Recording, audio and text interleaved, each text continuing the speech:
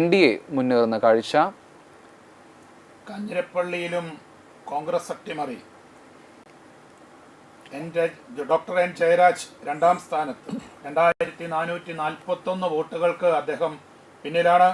അവിടെ മത്സരിച്ച കേന്ദ്രമന്ത്രി അഡ്വക്കേറ്റ് ജോർജ് കുര്യൻ 12475 വോട്ടുകൾക്ക് പുറകിലാണ്, മൂന്നാം സ്ഥാനത്ത് നിൽക്കുന്നു. 14611 വോട്ടുകൾ മാത്രമാണ് അദ്ദേഹത്തിന് നേടാനായിട്ട് സാധിച്ചത്. അത് BJPയെ സംബന്ധിച്ചിട്ട് വലിയ ഒരു പരാജയമായിട്ട് കണക്കാക്കേണ്ടി വരും.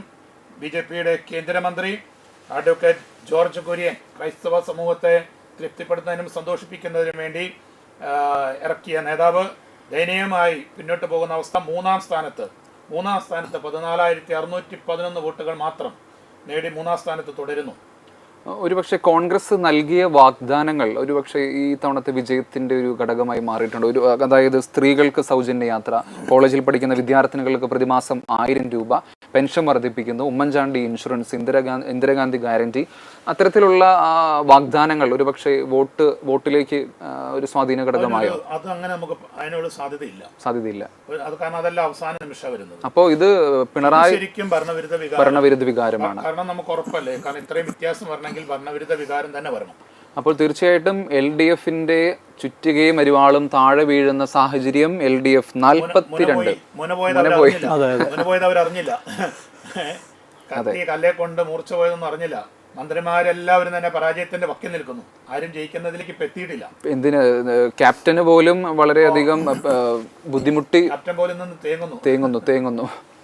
RN മുളയിൽ അബിൻ വർക്കി നല്ല രീതിയിൽ ലീഡ് ചെയ്യുന്നു.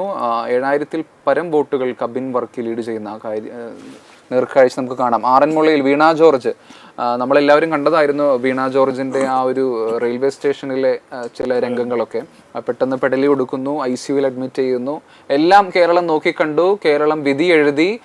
അബിൻ വർക്കി RN മുളയിൽ മുന്നേറുന്ന വലിയ നേർക്കാഴ്ച നമുക്ക് നോക്കിക്കാണാം. UDF 95 സീറ്റുകൾ, LDF 43, UDF 95 സീറ്റുകൾ. എന്തായാലും മുഴുവൻ പ്രവർത്തകരും ആവേശത്തിലാണ്. കോൺഗ്രസിൻ്റെ എല്ലാ കേന്ദ്രങ്ങളിലും ആഘോഷങ്ങൾ ആരംഭിച്ചു കഴിഞ്ഞു. 95 സീറ്റുകളിൽ കോൺഗ്രസ് മുന്നേറുന്നു.